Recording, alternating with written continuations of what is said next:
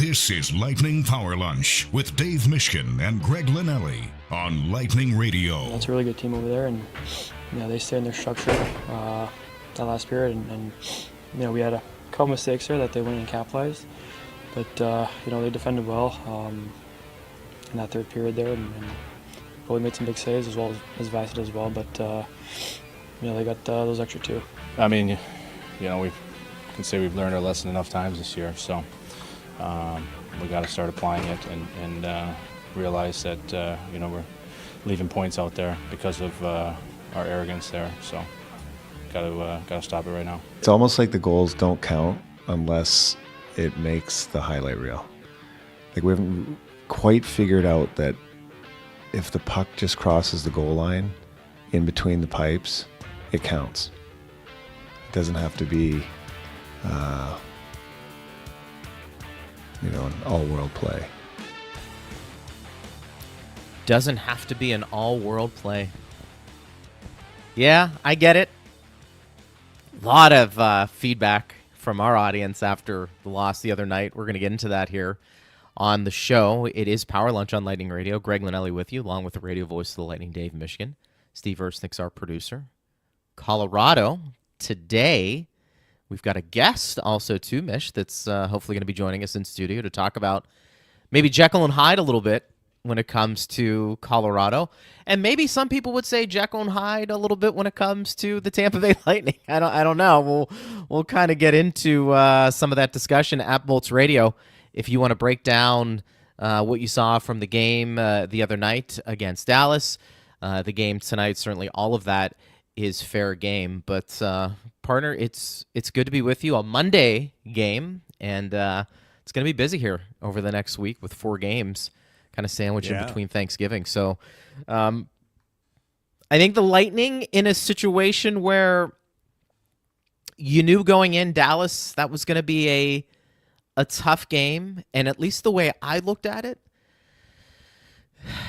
the time to really take advantage of Dallas maybe not finding their defensive game was earlier in that contest, because I think we saw later, Dallas really, I thought, was able to kind of lock things down to a degree, but you felt like maybe the Lightning's chance to get a lead and maybe keep it was earlier in the game, and that wasn't the case. Dallas getting a couple of goals quickly in the third kind of sealed the deal for them, and we know how good they can be defensively. But that was more of a big picture view. But I think for the Lightning, you were tied heading into the third period, an opportunity to get points, and they didn't. And I think that is probably one of the bigger things I would take from that game the other night.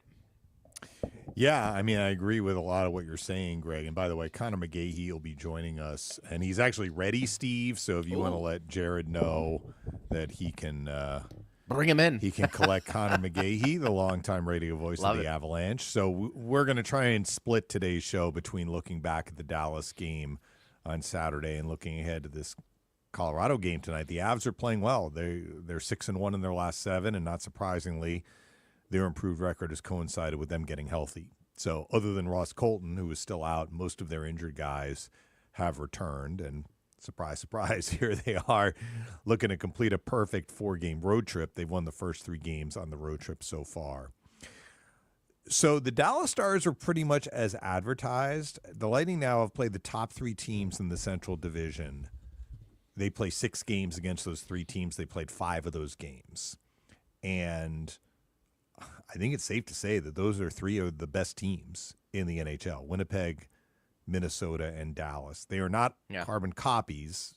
They're all good, and maybe they get to where they need to get in a slightly different way. But I think their bedrock foundation is that all 3 teams can defend. So you're right. I think the Lightning broke down the Stars. Maybe a little surprising that they were able to do it fairly regularly in the first period and into the second. I would say the second half of the game is when the Stars really tightened things up, but it wasn't like an abrupt shift. There may have been a scoring chance or two for the Lightning in the second half of the second period. Things definitely started to shift in the first half of the second period where the Stars seemed to get to their game more. But the Lightning probably could have been in better shape getting out of the first period than in a 2-2 tie. I thought they had the upper hand. I thought they carried play. I thought they outchanced the Stars. They had way more possession than Dallas. They had bad luck on one of the goals against. A shot, just a simple shot from the point. It hits Dodanov's skate and goes in. You want to say Lilleberg needed to tie the guy up? Okay, I mean, it's not like the Lightning were blameless in that situation, but most often that does not result in a goal. It was a little bit of a seeing eye shot. And then the Stars made a play on the second goal where Duchesne steals it at center ice from McDonough, and they caught the Lightning in just enough of a slow reaction play that Heiskanen, like the pass from Duchesne to Heiskanen barely is completed. The Lightning are charging back. Their sticks close, just not close enough to disrupt the pass. Heiskanen makes a great finish. That's a breakdown, that's a chance, but the Lightning didn't have a lot of those in the first period. At the other end, Ottinger was really good. I mean, Ottinger gave the 2 goals to Cirelli, but he definitely was under duress in the first period. So maybe if they play that first period over again, it's not 2-2, but it was 2-2. Yep. And the second period, you could see that Dallas started to get its game in order. They came out of their own zone more efficiently. They started creating more chances on the Lightning and the Tampa Bay defensive zone. Vasilevsky and Ottinger were both terrific in the second period. So it's 2-2 going into the third, and the Stars controlled the early minutes of the third. And I think what stuck in John Cooper's craw and what stuck in my craw actually after the game was, here you are, you're tied, but you're facing a headwind. Like the Stars are pressing. The Stars are on you. The Stars have dominated possession for the first 6 minutes of the period. You get one of your first offensive zone shifts, and you try and make a fancy play. And against a good defensive team, they're like, thank you very much for trying to make that fancy play. And Duchesne reads the cross-ice feed, intercepts it. It's a 3-on-1 coming back the other way. Cirelli hustles as hard as he can to make it a 3-on-2, but he's not really set. Stars executed it well. Give and go, Duchesne and Sagan. Back for Duchesne. It's in the net. It's 3-2. And the complexion of the game completely changed at that point. Now the Stars are like, this is where we want to be. Up by 1 in the third period, lockdown mode. We are locking this thing down. They got kind of a gift power play, honestly. Gensel got called for a Nicky Knack offensive zone penalty in the next shift. Hintz gets a breakaway, scores. It's 4-2. It is basically lights out. So Connor McGahey is here, but the thing that I will leave the fans with that has struck me, the Lightning have had 7 games out of 19 this year in which they've been tied after 2 periods.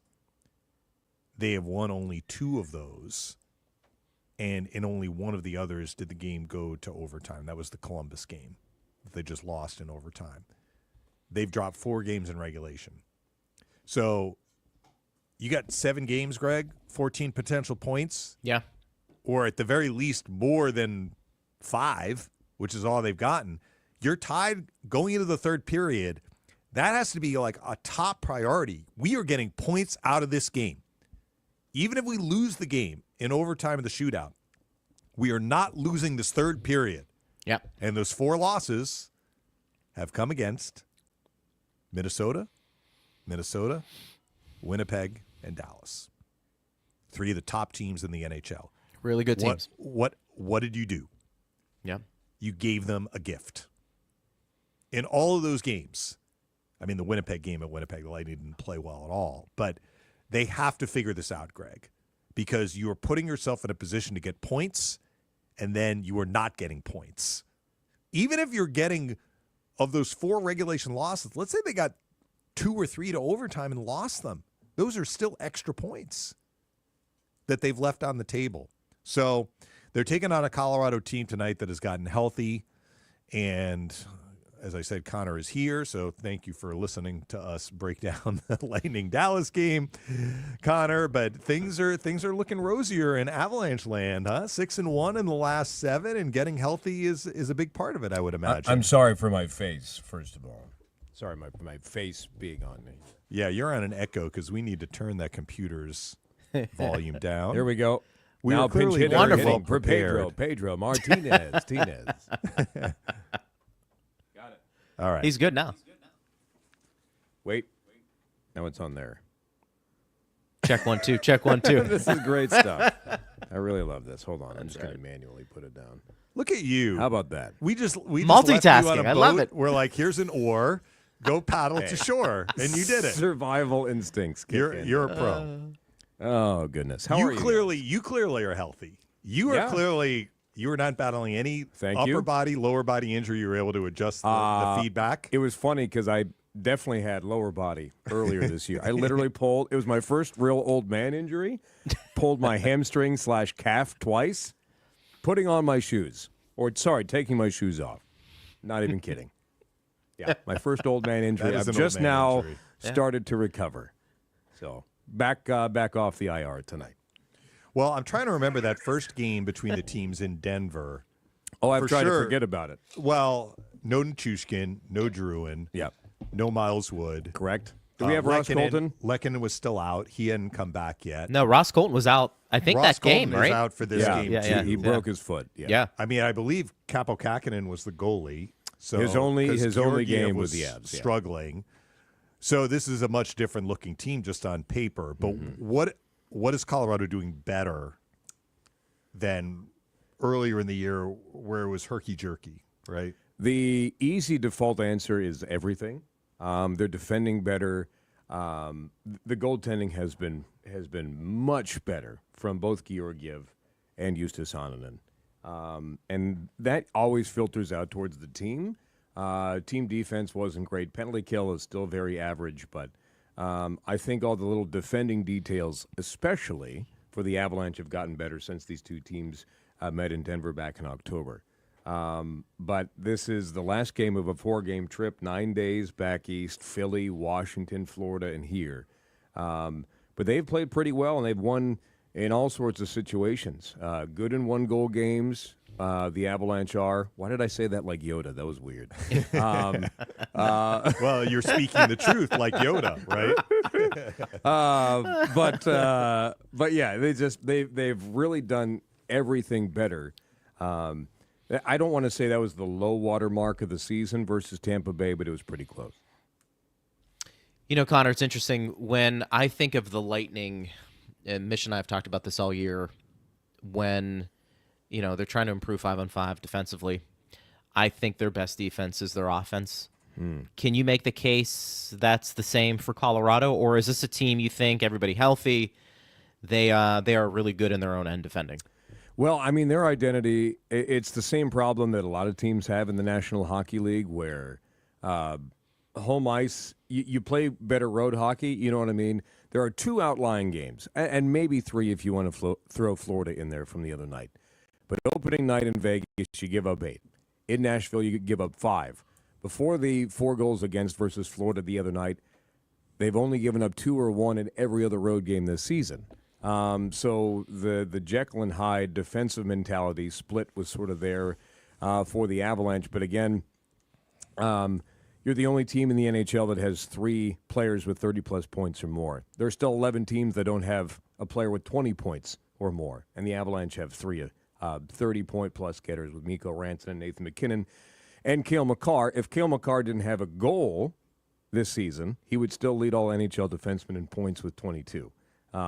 So they had to outscore their problems early, definitely. But as of late, they've matched the offensive output. They put up 7 on the defending champs the other night. But the defense has started to match the offense as of late. I think I've asked you this question the last couple of years, and so it's kind of the way Colorado plays, but I'm just curious to get your overall thoughts on structuring your minutes the way that Jared Bednar has structured them really since the Cup, because I don't think that this was necessarily the case in 21-22. But I'm looking at the average ice time per game among forwards, and the top 3 are all on the Avalanche. McKinnon, Lehkonen, and Rantanen. And, of course, Makar plays a lot too. But relative to other defensemen, he is not necessarily first or second. Right. He just plays like a lot of number 1 defensemen in that minute range. Clearly they can handle it. So I'm not going to ask you, can they handle it? But do you think that this is the best formula for Colorado, understanding where the Avalanche want to go? Or would you like to see more of a mix so that more depth guys are getting more minutes when you're thinking about we're not just going to play for 6 months. We want to be playing for 8 months or 8.5 months. Well, I mean, even in the Cup year in 2022, I mean, rest, as Joe Sakic said, rest is a weapon, right? And first round, you sweep Nashville. You go to 6 with St. Louis. Third round, Western Conference Final, you sweep Edmonton. And then it's 6 with Tampa Bay. But I think the fact that you're able to get that rest in the Western Conference Final allows you to win. I don't want to put lemon juice in the paper cut. I'm sorry. It's just the best example of what you're talking about. A lot of those ice time issues we're discussing come from missing personnel. And obviously, when you're missing 6 of your top 9 forwards, you have no choice but to play Nathan MacKinnon and Mikko Rantanen for 23-plus minutes per night. Jonathan Drouin led all skaters in Florida for the first time this season with 23 minutes plus. I think these are players, though, that don't really mind, that actually like being on the ice. And there's been so much made of the preparation and cool-down routines of Nathan MacKinnon, and that spreads to the rest of the team. So when you're doing that, you can play 25 minutes a night, and it doesn't really have any effect. And if you're Jared Bednar, especially in most games this year, the Avalanche have had to come from behind. Haven't played with the lead very much, and so when that is happening, your top dogs have to be out there. So a lot of it is out of necessity, but recently the fact that you have gotten Drouin back, you've gotten Lehkonen back, you've gotten Val Nichushkin back, that is a natural balance to have Nathan MacKinnon take some shifts off. And frankly, it's probably why he's been less productive over the last 5 games. I think he still has 5 assists in those 5 games and still leads the NHL in points, even though he hasn't, scored in 7, I think, now. But I think those players returning is a natural balance to what was really a top-heavy situation earlier on in the year. Connor, it feels like Colorado has gotten the best version of Jonathan Drouin since he's been in the NHL. What do you make of it? What are the expectations for him, and how important is he to this team this year? I think if you go back to last year, Greg, he had to reinvent the way that he played. And I can't tell you how many times that Jared Bednar would tell us after a game that our best defensive forward on the ice was Jonathan Drouin. I mean, you would not have imagined that here once upon a time, in Montreal once upon a time, but he knew that his chances were running out as a player in the National Hockey League, I think. So the fact that he's realigned with his old Mooseheads teammate and Nathan MacKinnon, and we talked about those habits, you don't think that a best friend would tell his other best friend of what he expects and how he should jump back in. I mean, obviously that happened, and the natural chemistry is there. You compare that with the willingness to work and the dedication to change how you play, and that's a recipe for success. And we've seen that through a season and a couple games now, and it had to happen for Jonathan Drouin, and my hat is tipped as far as it can be to him for making the mental decision to do that, and said, no, I'm just going to hopefully, continue to do things the way I thought they should be done before, but he didn't. He completely reinvented himself, and it has led to his best years in the NHL. Last one for me, Connor. We were talking about the top 3 teams in the Central, and Colorado right now is 4th. The Lightning have been in this boat before when the Atlantic was really top-heavy, and some of the best teams in the NHL were playing in the Atlantic, and what that meant just to make the playoffs and then try and get through the first couple of rounds. What is your assessment of the Central Division? Have you seen all 3 of these teams that are ahead of the Avs in the standings so far, and do you feel that this is going to take, like the team that comes out of the Central will have to be playing some incredibly high-level hockey in the playoffs? Yeah, we've only seen Winnipeg, and even that game was a 1-0 win. I mean, Georgiev was fantastic. Winnipeg scored on a 2-on-1 a minute and a half into the hockey game. Georgiev was exemplary. Hellebuck was just, out of his mind. Looked like he'd won 2 Vezinas. Winnipeg is coming down to earth a little bit. Can't decide if Minnesota is real or not. And how do they play without Kaprizov? He's just day-to-day now We played Dallas on Black Friday coming up this week. But then we've seen Utah, Nashville, Chicago. And the Central is strange because you look at some of the worst teams in the NHL, and they're the bottom of the Central Division.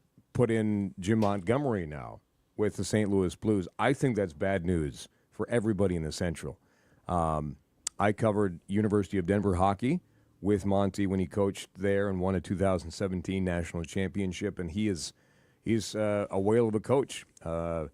So the St. Louis Blues are pulling a Vegas Golden Knights with a fired Boston Bruins coach, and I think it will behoove them. It'll be a good pickup for Doug Armstrong. So St. Louis won't call it a rebuild. It's a retool, and this is the perfect example of that.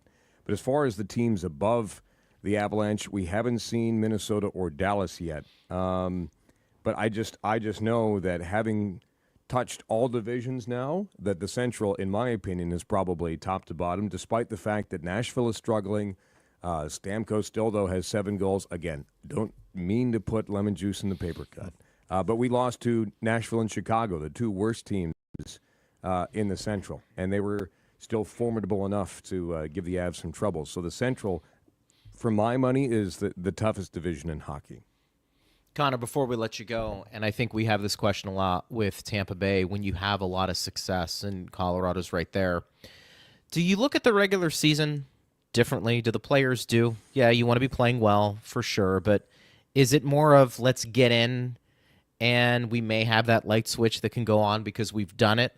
Or do you think there's a little bit more there for teams even as accomplished as a Colorado or Tampa Bay to look at the regular season and say, yeah, we need to finish strong heading into the playoffs?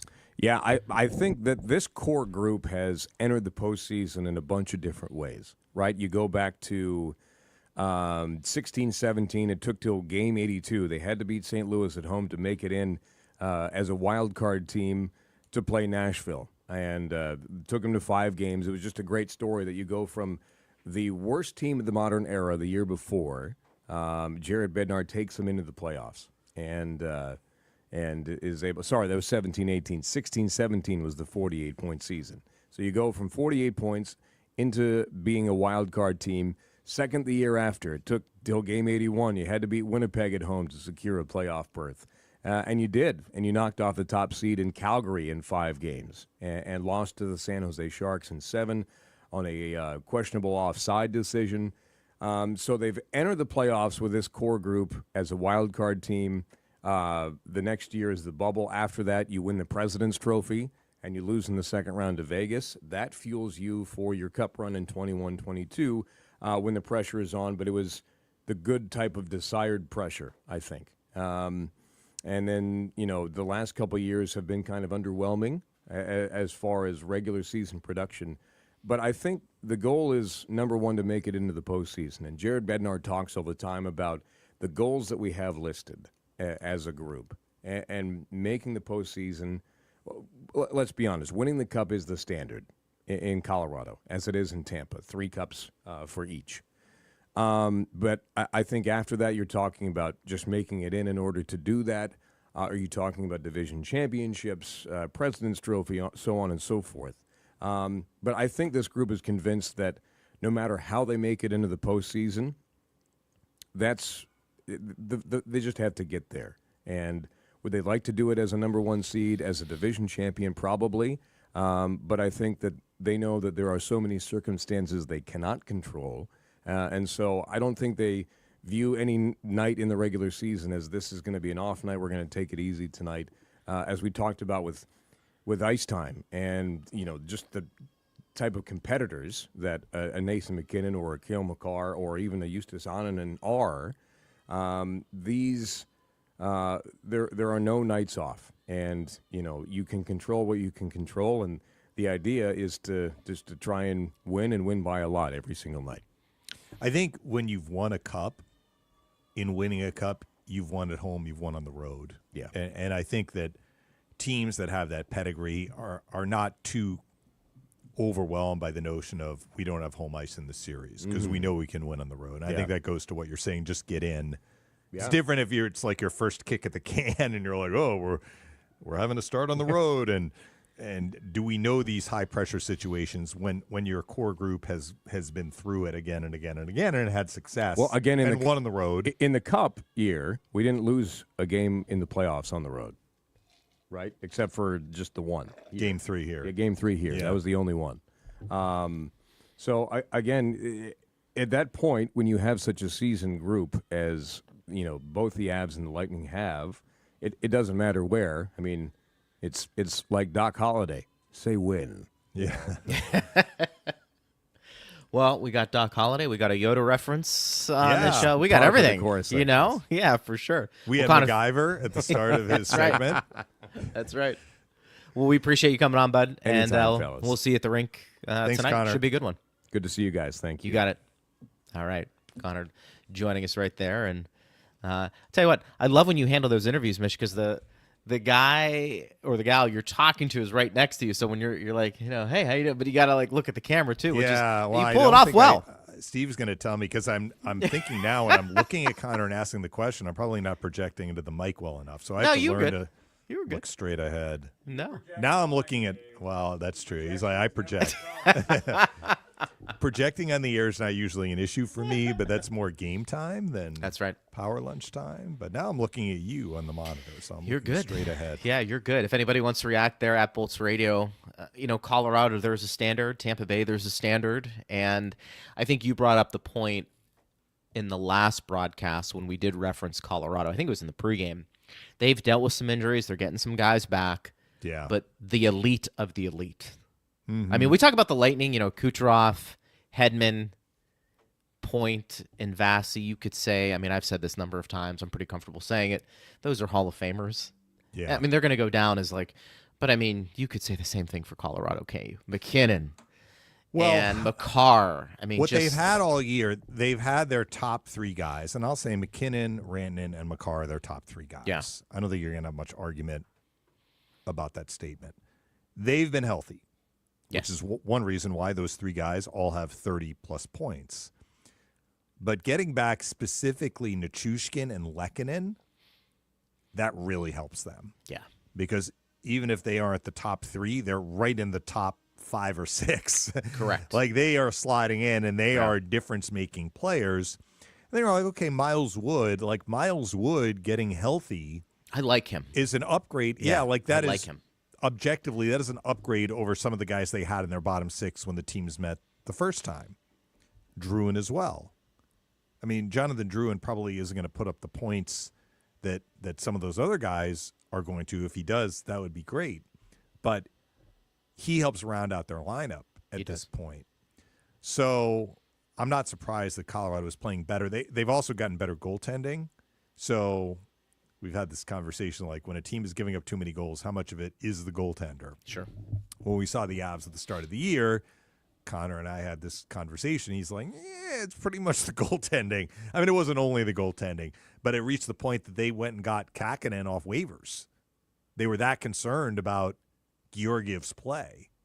Kakkonen got the 1 game against the Lightning, and then they lost him on waivers. I think Winnipeg reclaimed him. So it's Anonin and Georgiev, but Georgiev's playing better now. And that is helping them go 6-1 in their last 7. Georgiev has had tremendous regular season success. Yeah.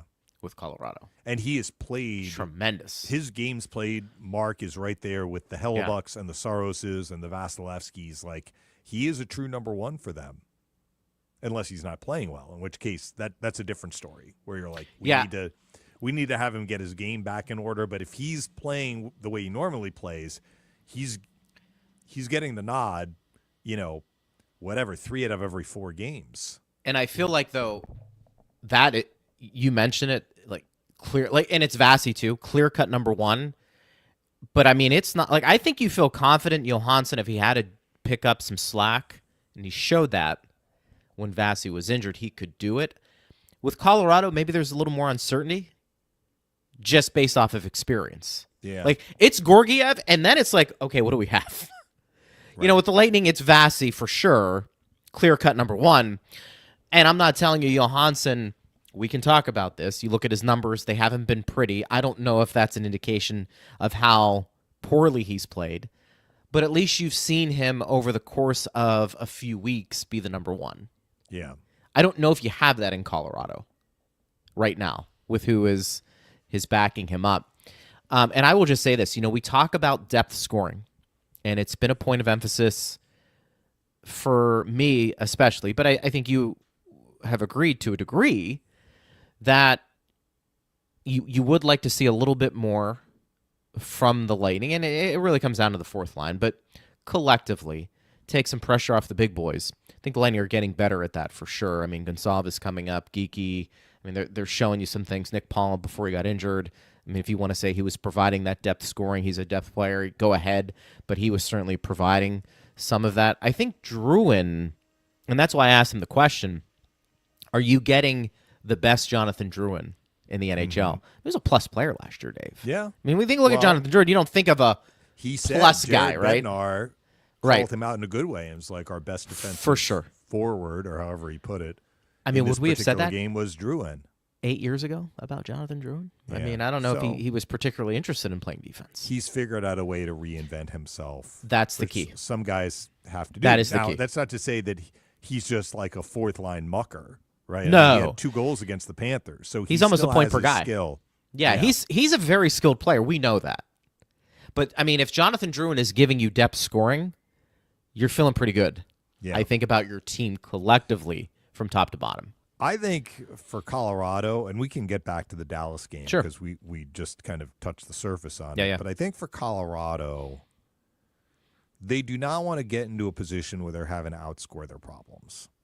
So I think that we can look at their roster and be like, boy, very impressive. It's very impressive offensively. But what are they doing defensively? And I was interested to hear Connor say they've had 2 kind of road blips this year, but in every other road game, they've actually done quite well. Or most of their road games, they've held the other team to 2 or less. It's been at home that they've given up too many goals. But they are giving up too many goals. And again, they started 0-4. They gave up a lot of goals. They had a stretch, I think, where they lost 3 in a row in regulation. The Lightning were one of their opponents during that time frame. They gave up some goals there, but they are 29th out of 32 teams for goals allowed per game, 3.57. So we can talk about the McKinnons and the Makars and the Rantanens and the Nichushkins and the Lekkonens and the rest. But I don't think that they, particularly against the teams they have in their division, the 3 top teams can all defend. Do they want to get into a situation where they are going to give freebies to the other team? Yeah. Now, the one game against Winnipeg, their goalie played quite well, apparently, and they lost 1-0. They generated chances. Winnipeg generated chances. It was a low-scoring game. We'll see how they do when they start playing Minnesota and Dallas more regularly. But I think that would be, if I were like diagnosing like where are the Avs, they seem like they're going to make the playoffs. What sort of team are they going to be, though? If they want to go deep in the playoffs, they're probably going to have to get that goals against number down. Maybe they don't need to get it to 2 or less per game, meaning that they're averaging, let's say they go from 3.57. Do they need to get to 2.5? Maybe not, because they have so many weapons. Yeah, they do. But 3.57, that's a pretty high number. Yeah, for sure. Do we know Landeskog's condition? Is he coming back at some point? I mean, this doesn't seem good, does it? I mean, he hasn't played since the Stanley Cup final. I know. At one point, you're just like, I mean, can you think of another player who's had that much time away from the sport? Mario, right? Mario took 3 years and came back. Now, Lemieux, when he returned, I think, like if Landeskog comes back, let's say next year, let's say he misses 3 full years, Landeskog will be younger, I believe, than Lemieux was when Lemieux came back. But like even Mario was not quite the same, after missing 3 years and you're older. Yeah, right. I mean, what kind of hockey will Gabriel Landeskog be able to play after that much time off? Who knows? But I don't know. The Lightning aren't going to see him tonight. They're also not going to see Ross Colton, which is too bad. He's turned into a solid player, hasn't he? He was a good player for the Lightning. He got off to a great start Yeah. when they had all these injuries at forward. I think he was seeing top power play time, and he was taking advantage. But I think when the roster fills out, he's probably going to be slotting back in that bottom six that he's really. But again, this bottom six, you're talking about a Colton and is it Druin who slots in? Who knows? I mean, Druin can go up and down the lineup because he can play with skilled guys. But you have now Miles Wood. I mean, these are really good, I think, role players, if you want to call them that. I mean, they would probably not like that term, but, you're just complimenting your big guns. Do you want to get back to the Dallas game? I know we had some thoughts on it. So the Lightning might have been in a better spot after the first period than 2-2. They weren't. They had to lean on Vasilevsky a lot to keep it 2-2 after 2. They themselves had some chances in the second. I remember Cirelli had that wide open look on his backhand, and Ottinger made a good glove save on him. AC might look like he had a wraparound open to him. Ottinger was out of the net, and the one defenseman, Lyubushkin, blocked the attempt on one side, and the other defenseman, I think it was Lindell, blocked the wraparound on the other side. So the Lightning had some looks in the second period. Yeah. Many of those looks are dried up in the third as Dallas really clamped it down. But the Stars had the run of play in the second. They're just a very solid team. And what they did not do, which the Lightning did on the eventual winning goal, is they didn't serve up big-time turnovers. They moved the puck out, particularly once we got out of the first period. They moved the puck out of their own zone pretty cleanly, and they moved it through the neutral zone and entered the Lightning zone. I shouldn't say easily, but regularly. And that forced the Lightning into defend mode. And I think it was more that just the Stars were on it. Like they were boop, boop, boop, pass, pass, pass up the ice. Or they'd chip it in and forecheck and make life a little difficult on the Lightning. They're a very, very solid team. And you don't get to whatever they are at, 2.30 goals allowed per game, a quarter of the way through the season, if you're not handling your business defensively. And then Ottinger was taking care of a number of the chances that they gave up. So Dallas is a good team. Lightning don't see him again until March. What we can take out of this game for the Lightning, though, 2 big takeaways. 2. I'm holding it in front of the camera for those of you watching on the video. Because they played a better game defensively than they did against Columbus. Because we were wondering about that, right? So the 2 big takeaways are, if you were in a close game in the third period, really tied in the third period, it is absolutely paramount that you get points out of that game. Win it in regulation, get the game to overtime. Avoid regulation losses in games where you have a chance to get points. And if you are 20 minutes or less away from overtime in a tie game situation, you cannot be the team to blink first. And the Lightning have lost 4 of these games now in regulation, including the one on Saturday. The second part is the Lightning, and this has been a problem that predates this year, they are overpassing. They are scoring plenty of goals, Greg. I mean, they are scoring more goals than Colorado this year on average. Impressive. But they are taking away scoring chance opportunities because they are looking to make the extra play. And it really hurt them against the Stars because that extra attempt at a play led to an odd-man rush the other way. But even if it hadn't led to an odd-man rush the other way, directing pucks to the net, they don't have to take the shot every single time. But they are regularly passing out of good opportunities to shoot. And not just good opportunities to shoot, good opportunities. They just aren't open nets. Look at the 2 goals Cirelli scored. We talked about this on the broadcast, Greg. What happened right before Cirelli scored both of those goals? There was a puck to the net. Hagel throws it from the corner on net, rebound, Cirelli scores. Lilleberg takes a shot from the point, on net, rebound, Cirelli scores. If either one of those guys tried to make an extra pass, there's no rebound opportunity for Cirelli. So I'm not saying anything that John Cooper hasn't been saying. He said it after the game. What was his quote? Like, we feel like every goal has to be a highlight reel. Right. And it doesn't, as long as the puck crosses the line, it doesn't matter, right? So he has been preaching this, But the Lightning fall into this rut where they look to make the extra pass. And against a good defensive team, one that plays its position really well, they're going to take away some of those pass options. And they're going to be foiled. So those are my two biggest takeaways. Another blown opportunity to get points and too many passes in the offensive zone. I think the points thing is frustrating. The passing, I'm not sure what to make of it. Are they – because it feels like this has been an issue all year, so maybe it doesn't come back to a certain team.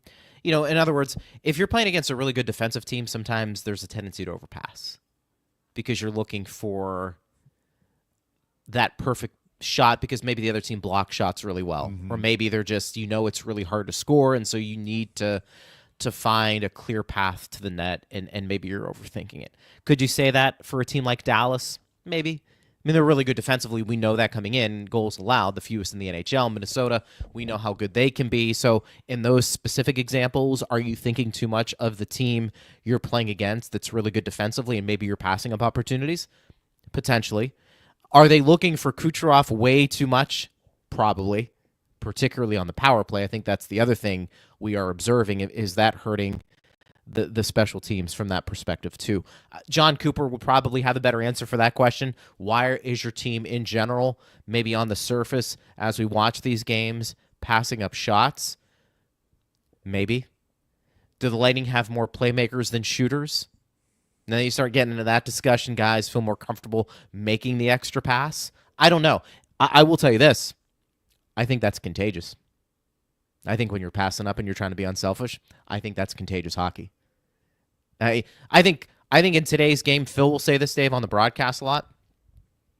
Guys don't shoot the puck as much as he used to. Now, Phil was the exception to that extent, but you understand his example. I mean, you get an opportunity to shoot, you shoot. Chief will say the same thing. I think in today's NHL, it's that extra pass. And it's not just the Lightning. You do see teams do that. On Dallas's winning goal, Phil said he felt Seguin, like it worked, right? Seguin got it back to Duchesne, and Duchesne finished. But Sagan's in the middle of the ice and passes it to the side. Duchesne actually makes a really nice finish. It's a heck of a shot. But, Cirelli's hustle back into the play meant that he got between Duchesne and Seguin. He wasn't really organized because he was just skating as fast as he could. Correct. So that pass went through him twice. I'm not blaming Cirelli. Like, he was doing what he could. But let's say it hits a skate or hits a stick. The pass could have been disrupted just because you tried to make a pass, right? Sure. Yeah. And it wasn't disrupted, and the Stars finished, and that was a highlight reel play. It was. So the Stars did it too, but for the Lightning, we had that comment from a fan about expected goals. The Lightning's expected goals number is too low. It's low relative to their actual goal total, and I just said, they are scoring a healthy number of goals this year. Why is their expected goal total lower? And the metric for calculating expected goals is tied to shot attempts and location. So, a shot from the sideboards near the blue line, that's probably not going to go into the expected goals category. Correct. But a shot right in the middle of the ice will. But what if you're not even attempting the shot? And you're passing yourself out of those. That's not going to get registered as that's not going to add to your total of potential expected goals, right? Yeah, right. However they calculate it. So the Lightning are getting nothing in many of these instances where they have the puck in the O zone for an extended period of time. They're forcing the other team to work hard. They're forcing the other team to play defense. They're forcing the other team to get worn down. They're working it around. They're working it around. They're working it around. They're working it around. They're continuing to work it around. They're looking to make another play, and then there's no shot.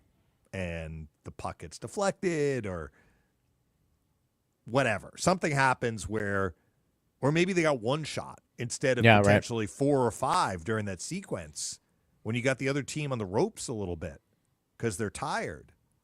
We've been seeing that a lot this year. So I think the Lightning are doing a lot of good things offensively to put themselves in a position to do damage. And then they are passing out of opportunities to do damage. Yeah. I mean, that's a broad stroke. They're not doing. I mean, they wouldn't have scored as many goals as they've scored if they did that all the time. The good news is they need to flush a little bit of this out of their system. I agree. The good news is I think it's easily correctable. And we're talking about you get a shot, rip it. A good scoring opportunity. I know you want to make the extra pass, but sometimes where we are, guys, let's just make sure we get the shot through, and then let's see what happens. I do think that has ebbs and flows, by the way. I do think if you're a team that likes to make that extra pass, you can right the course a little bit by being a little bit more simple.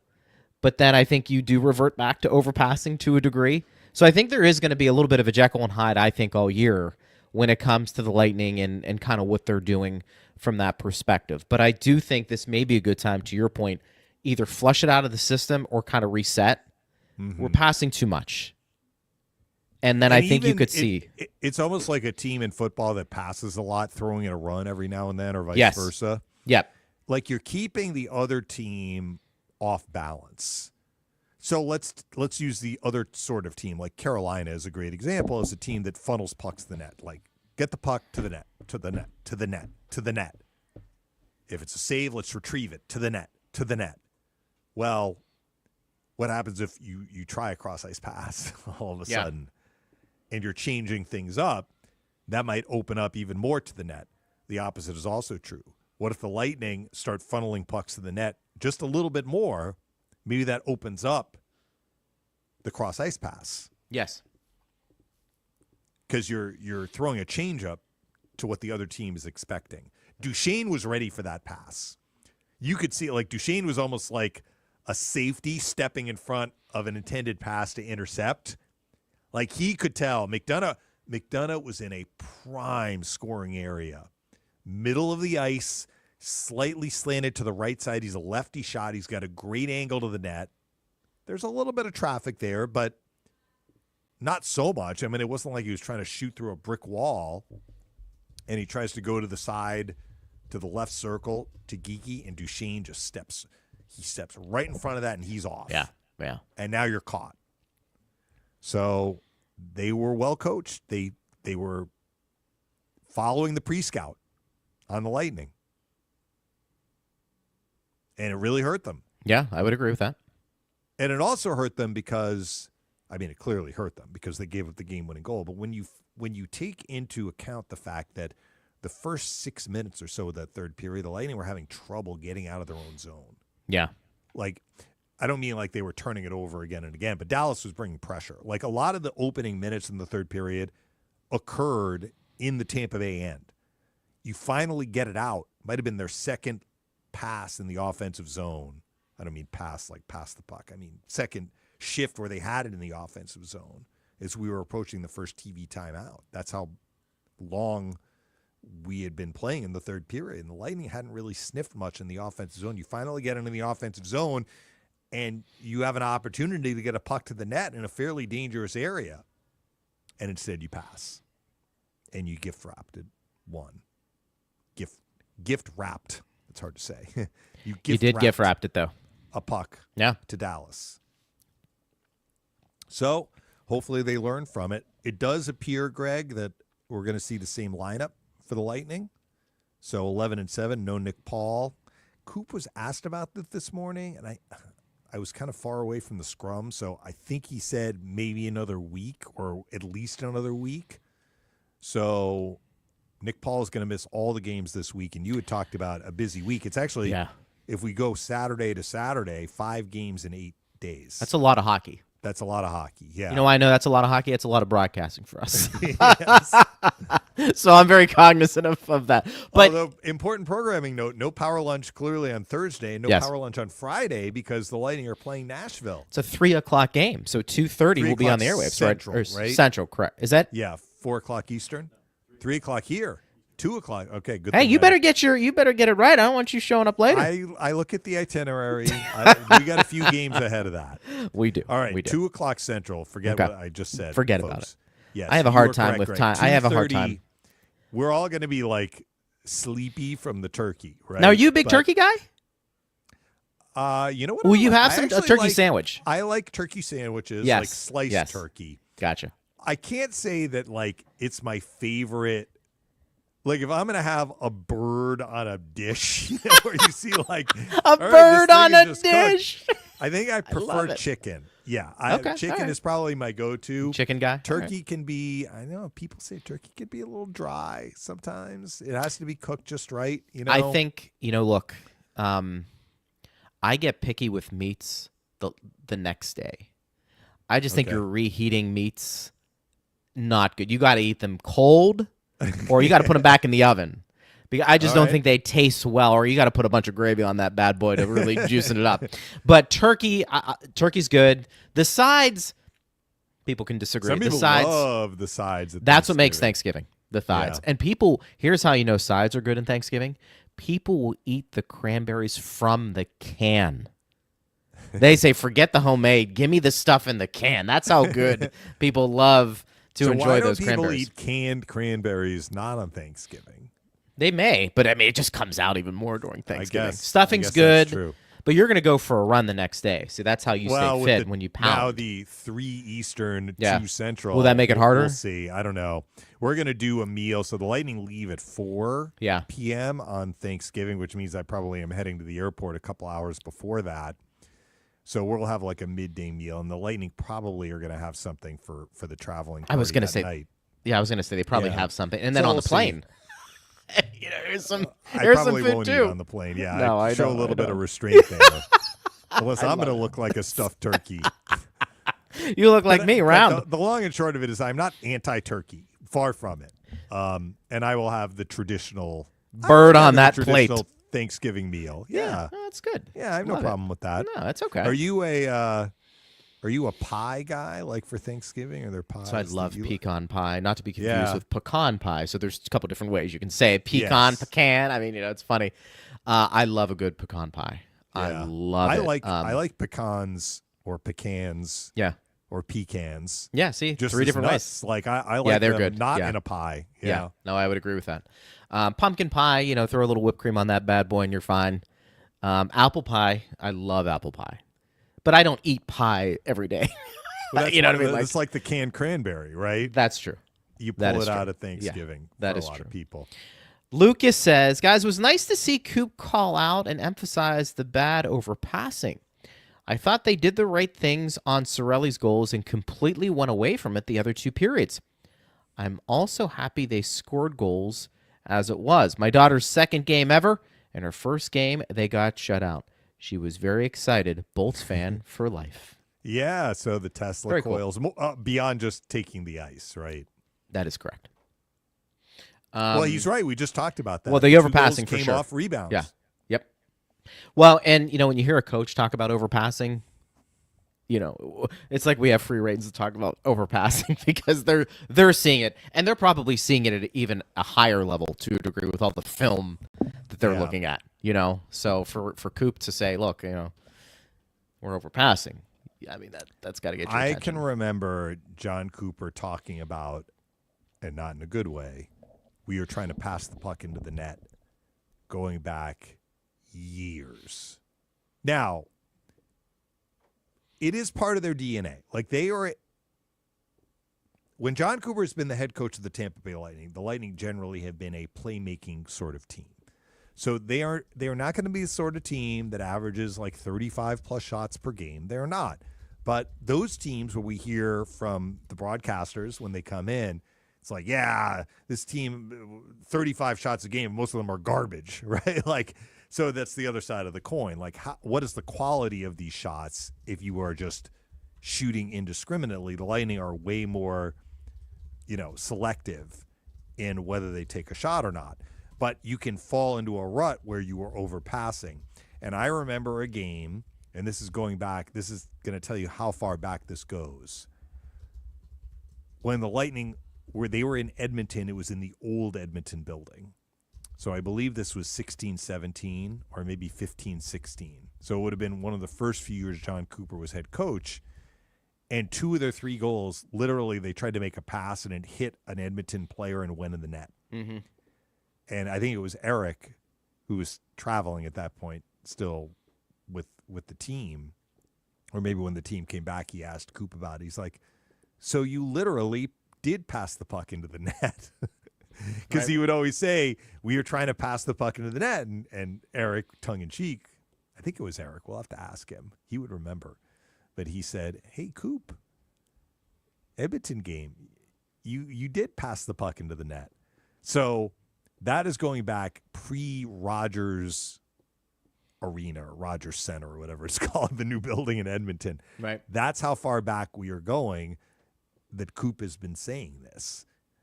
And he didn't quite say it that way the other night, but he did say, we were trying to make every goal a highlight reel goal.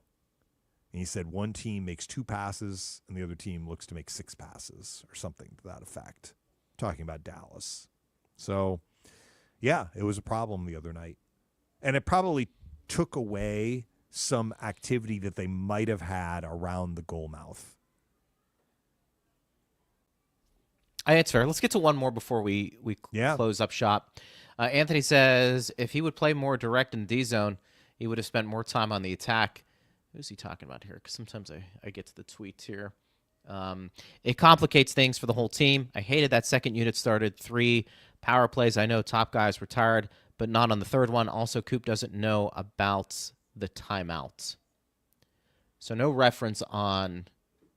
What do you mean he doesn't know about the timeout? I don't know. All right, so a couple of things. First of all, yes, the third power play, the second unit, I think they may have won the face-up and lost it soon after they had trouble re-entering the zone. But on power play 1 and power play 2, the second unit looked good at the start of that power play. The first power play, the first unit had just been out on the ice. So Coop started the second unit, and they had a really good 30 seconds. The second power play, it was the same deal. I want to say Point and company were out on the ice when the penalty was taken. So I think that Coop was like, all right, that second unit did a good job. We're going to start them again. And they had another good start to the power play. So he went back to the well, and the third time it didn't really work out. But I think that it wasn't that he was just like, first unit's tired, and I'm not going to call timeout to give them rest. I think it was he liked what he saw from the second unit in the first couple of power plays at the beginning and went back to them. They earned the ice time. That's how I saw it. Yeah, that's fair. Anthony, that's fair. You can disagree. And look, it's hard to argue with a power play unit with Point, Kucherov, Gensel, Hedman, and Hagel on there, granted. But it's not like the second unit stayed out for a minute 45 either. Like Correct. That first unit did get a crack on all 3 power play chances. They did. That's a fair point. And I think you have to keep that in mind. We're going to get some more questions tomorrow. Yes. Partner, I will talk to you tonight. Pre-game's at 6:30. Puck drops at 7. Lightning and Avs. Should be a good one. We'll have a lot to talk about tomorrow. And let's get everybody's questions in there for sure. But good job as always. And I will catch you tonight. Yeah, thanks to Connor McGahey for dropping by. Appreciate that. Always love that. I will see you tonight. You got it, brother. And let's talk to all of you tomorrow. Steve Ersnick, thank you for all your hard work. Jared Johnson as well, our broadcast assistant. I am Greg Linnelli. We'll be with you again tomorrow in this setting, noon to 1. It's Power Lunch on Lightning Radio.